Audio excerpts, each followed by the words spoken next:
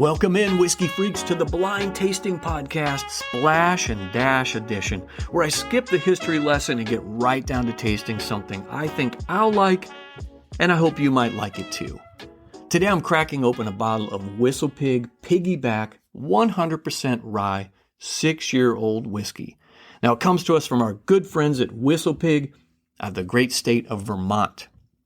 The distillate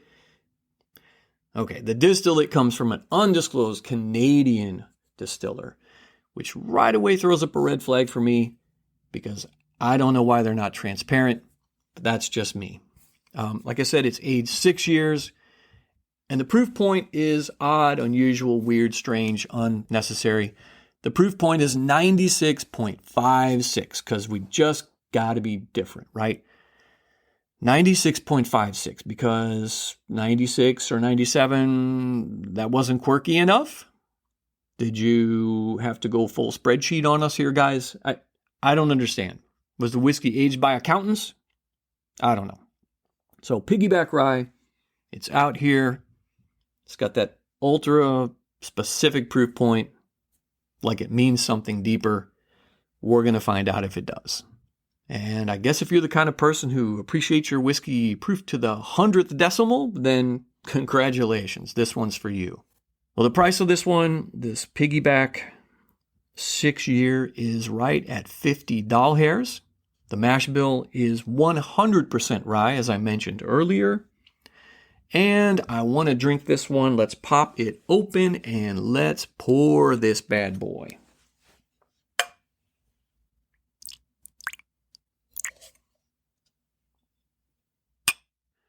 All right, so first thing I want to look at, well, not always, but I'm looking at the legs here.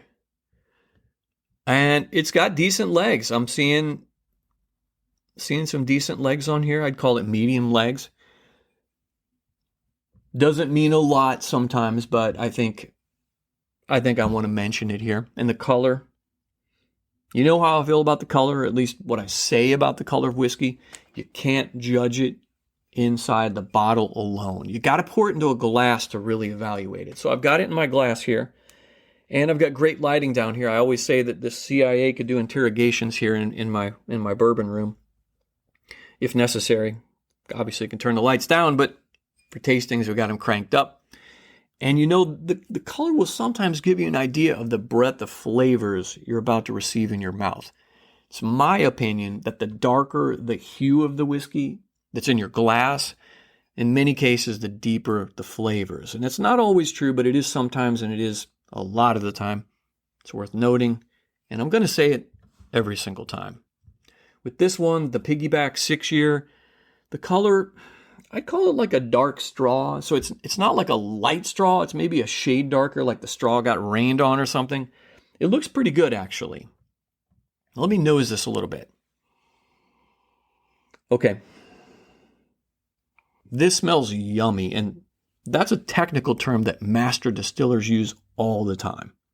But seriously, it does. It smells awesome. It's got a nice rye spice, balanced with some sweet grassy notes, and it's got some citrus in there too, kind of like orange citrus. Let me get a sip of this.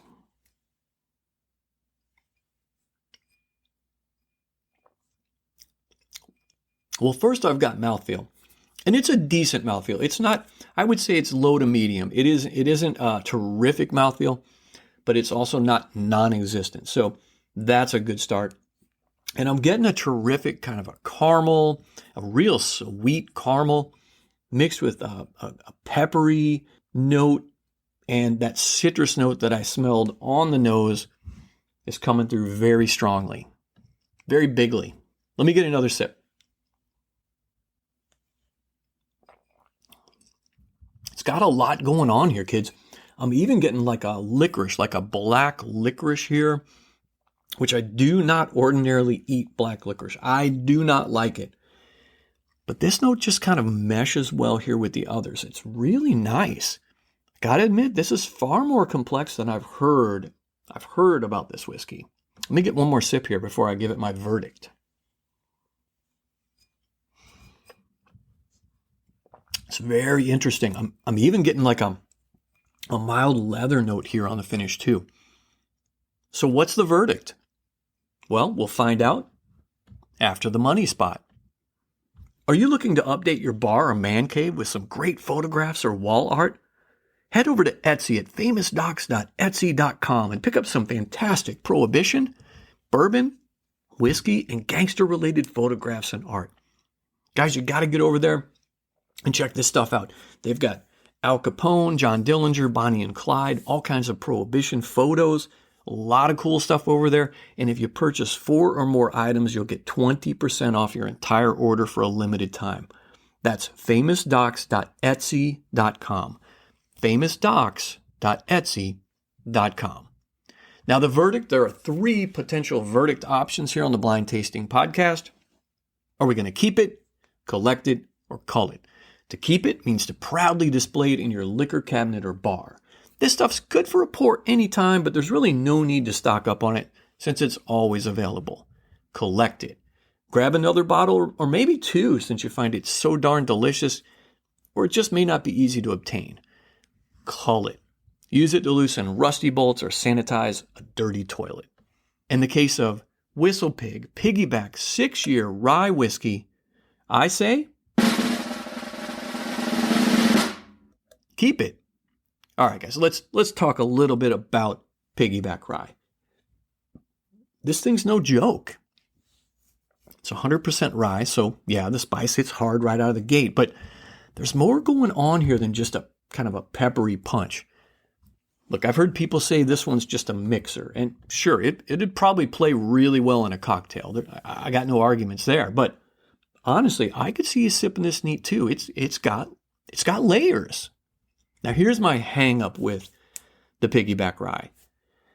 It's the price. It's $50, and that's a little steep for me when you've got some other solid options out there like Green River Rye, which is a 95% rye.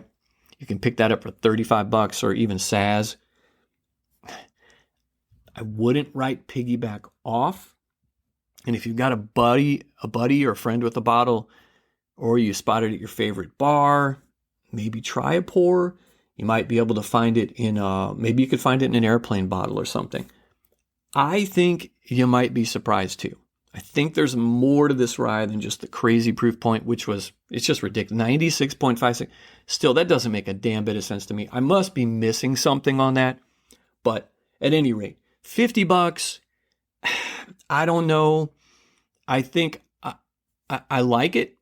Definitely going to keep the bottle, but I think there are other options out there for a little less money that are as good or better. So that's my take on things. Guys, I want to thank you all for listening and subscribing and spreading the blind tasting gospel. It's getting out of hand here in the best possible way. And look, if you haven't subscribed yet on the Apple, the YouTubes, or whatever glowing screen controls basically your entire life, then you, my friend, you're a naughty, naughty whiskey freak. And I need you to fix that. I need you to hit that subscribe button so you don't miss a thing. Because if I drop some hot whiskey news and you're not tuned in, you're going to be sad. Like, I thought this was Pappy, but it's actually a store pick of Jim Beam. And we don't want sadness here. We want flavor. We want facts. We want whiskey freaks. So do the thing. Subscribe and be happy. Well, that's all I got for today, whiskey freaks. Thanks for listening to the Blind Tasting Podcast Splash and Dash Edition. And don't forget to like and subscribe wherever good podcasts are found. I appreciate y'all so very much. Cheers.